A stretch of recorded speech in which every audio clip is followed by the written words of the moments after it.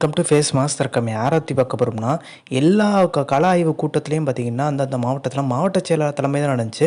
சேலத்துலேயும் பார்த்தீங்கன்னா அப்படி தான் நடக்க வேண்டியது. ஆனால் எல்லா மாவட்டத்துலேயும் பார்த்தீங்கன்னா அடிதடியில் முடிஞ்சால சேலம் மாவட்டம் பார்த்தீங்கன்னா எடப்பாடி பழனிசாமி சொந்த மாவட்டம். ஸோ அங்கே அந்த மாதிரி நடந்துடக்கூடாதுன்னு சொல்கிறக்காண்டி பொதுச் செயலாளர் இருந்தாலுமே மாவட்ட செயலாளர் ரேஞ்சுக்கு இறங்கி வந்து பார்த்திங்கன்னா கள ஆய்வு நடத்தியிருக்காரு எடப்பாடி பழனிசாமி.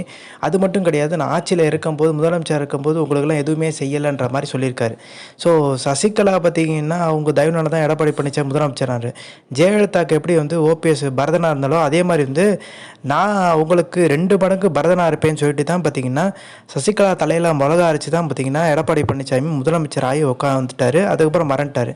ஸோ இப்போ என்ன சொல்கிறேன்னா, தொண்டர்கள் நான் அவங்கள மறந்துட்டேன் ஆட்சியில் இருக்கும்போது, திருப்பி ஒரு தடவை வாய்ப்பு கொடுத்து என்னை முதலமைச்சர் ஆக்குங்க, உங்களை டாப்பில் உட்கார வைக்கிறேன்ற மாதிரி பார்த்தீங்கன்னா கலாய்வை பேசியிருக்காரு.